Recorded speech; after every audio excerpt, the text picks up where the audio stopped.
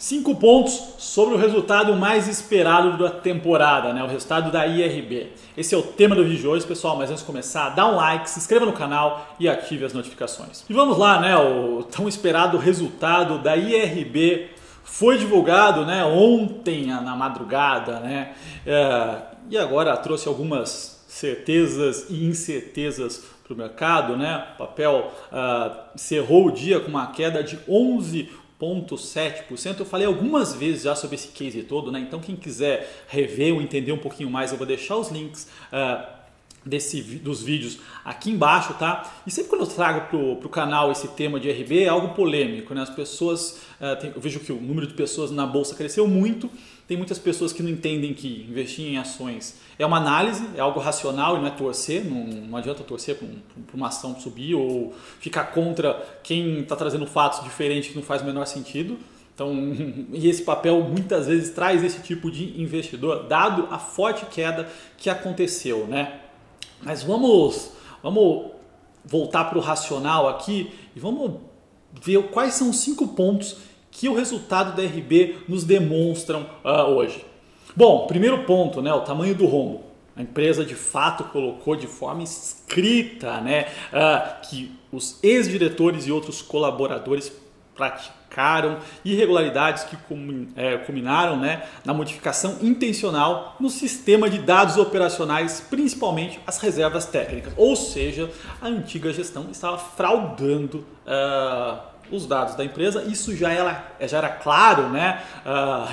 Uma das críticas que eu recebi muito aqui é que eu não estava olhando para o fundamento da empresa, para os números, né? Bom, não faz o menor sentido olhar para balanço que estava fraudado, né? Não tem a menor racionalidade, né? Se a empresa já havia demitido o controle da empresa por fraude contábil, você não vai olhar para um balanço fraudado e querer tirar algum tipo de análise, não faz o menor sentido. E qual o tamanho aqui, tá?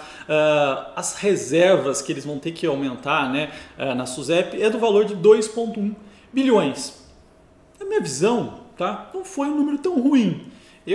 É muito difícil estimar, tá, mas eu poderia pensar que 4 bi provavelmente não seria algo fora, tá? Então o primeiro ponto é o tamanho do buraco, de fato foi escrito, né, comprovado que a antiga gestão fraudou. O antigo presidente do conselho está envolvido aí numa questão de bônus irregular de 60 milhões, então teve todo esse problema.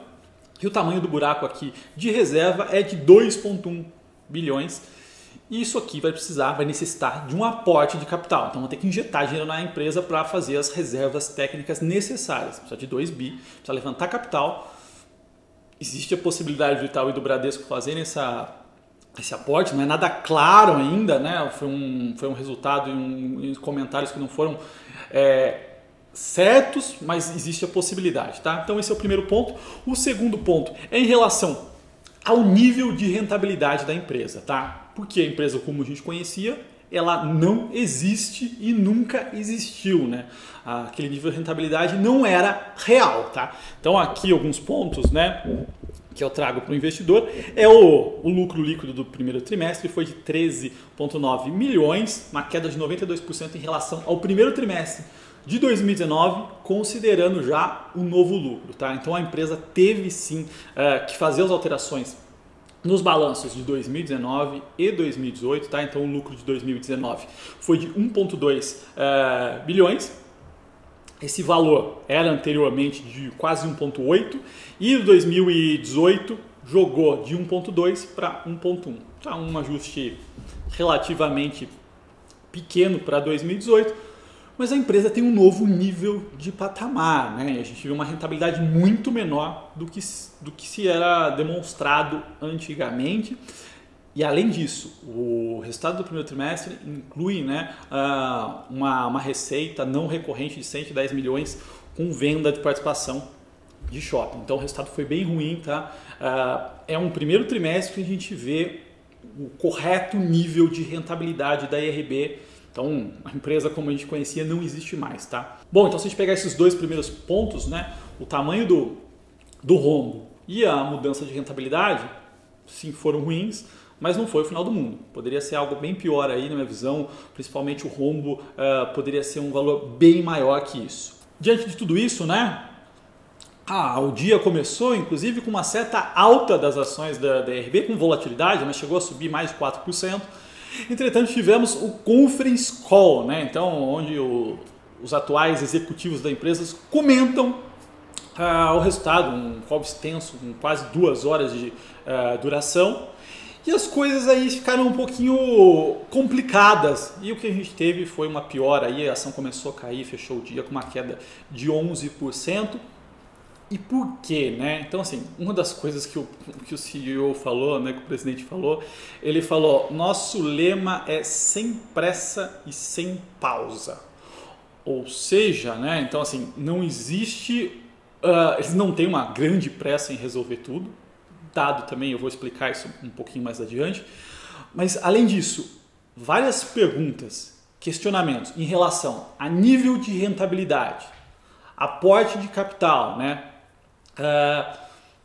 Qual vai ser o nível de ROI, qual a expectativa de ter problemas, ser encontrados novos problemas, não foram respondidos de forma clara, né, e objetiva e assertiva. Ou seja, o que a gestão nova deu a entender é o seguinte, que pode ter mais problemas. Os problemas podem estar ainda presentes na empresa, né? Pensa que a empresa passou por uma gestão por anos de fraude, de problemas, né, de gato dentro da empresa. E essa empresa não é uma empresa simples de ser entendida. Então, assim, isso por si só não faz que de um dia para o outro a empresa volte a operar de forma redonda. Então, assim, podem ter mais coisas, né, mais buracos que a empresa ainda não descobriu, mas futuramente venha a descobrir. Tá? Então, acho que isso deu uma... Olhando pela ótica do resultado, era um resultado ok. Assim, era dispensar e analisar com calma aquele balanço. Mas no mercado, né, a análise não é puramente balanço. Né? São pessoas ali e o que as pessoas estão mostrando que assumiram esse negócio é que as coisas a gente pode achar vários esqueletos ainda dentro da empresa. Não é claro o nível de rentabilidade, de retorno que eles vão ter daqui para frente. Então, eles estão muito receosos ainda em relação a isso, tá? Então, acho que esse é um ponto importante. Ponto número 4. Existe uma melhora, sem dúvida, da governança da empresa, né? Não tinha como piorar também, né, gente? Se isso piorasse, ia ser um negócio...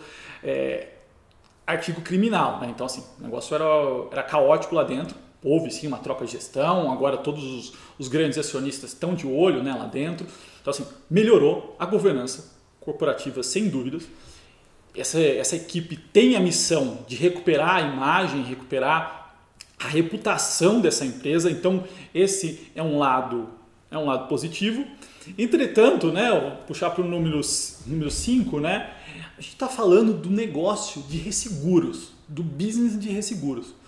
Quantos grandes business existem no mundo? São poucos. Quantas pessoas sabem operar bem um negócio desse? Empresas grandes ou empresas nichadas, né, elas não são pastelarias. Né? Você não pega um executivo, mesmo que você pegue o melhor executivo de uma outra área, de uma área financeira, o cara não sabe operar bem. Né? Ele tem uma curva de aprendizado. Assim, é uma das coisas mais difíceis dentro do mundo empresarial, gestão, é trazer boas pessoas, bons CEOs. E mesmo que ele seja bom, ele precisa conhecer esse negócio.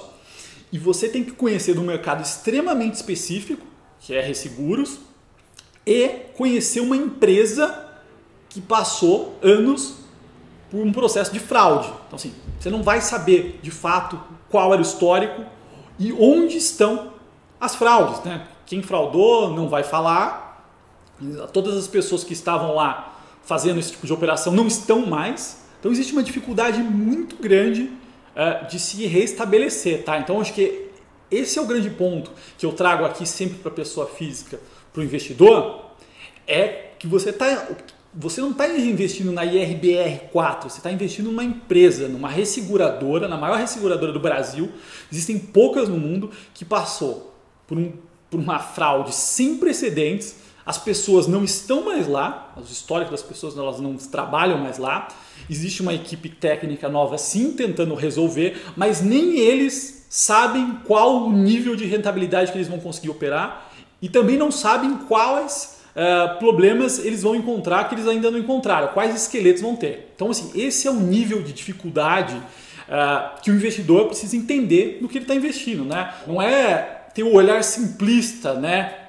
De que a empresa caiu dos R$40 e está na próxima dos 10. Já em 2 dias ela vai voltar para 20. Não, isso é uma análise estúpida de quem acha que investir em ações é igual investir em jogar no jogo do bicho. É muito mais do que isso, né? É uma análise, é uma empresa extremamente complexa, que a gente está falando que pessoas capacitadas do mercado financeiro têm dificuldade de entender e de tocar esse negócio, tá? Então, sempre calma, né? Eu vi aqui números mostrando que quase 40% do capital social já são de pessoas físicas, sim, pessoas físicas que muitas vezes não têm experiência em bolsa, não entendem nesse negócio e estão achando que é uma grande aposta, tá?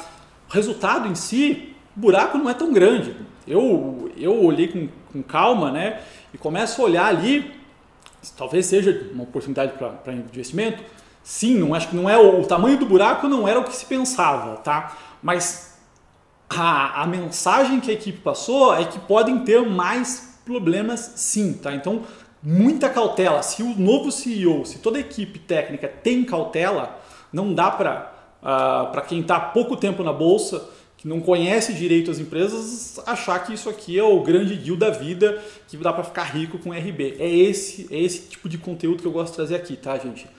Tomem cuidado, o investimento não é jogo do bicho, não é jogar dados, tá? Bom, se você gostou desse vídeo, dá um like, se inscreva no canal e até a próxima.